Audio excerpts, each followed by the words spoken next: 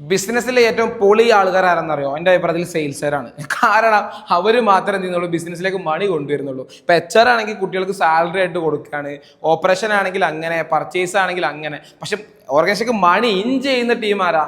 മണി generate ചെയ്യുന്ന team sales മാത്രമാണ്.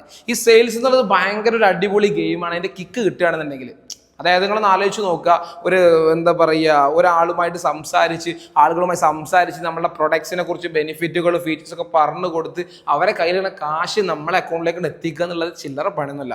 അത് നല്ലോണം മെനക്കെട്ട് ചെയ്യേണ്ട പണി തന്നെയാണ്. പക്ഷെ ചിലർക്ക് അതിൻ്റെ ഒരു പ്രത്യേക തരം സ്കിൽസ് ആക്കാരം.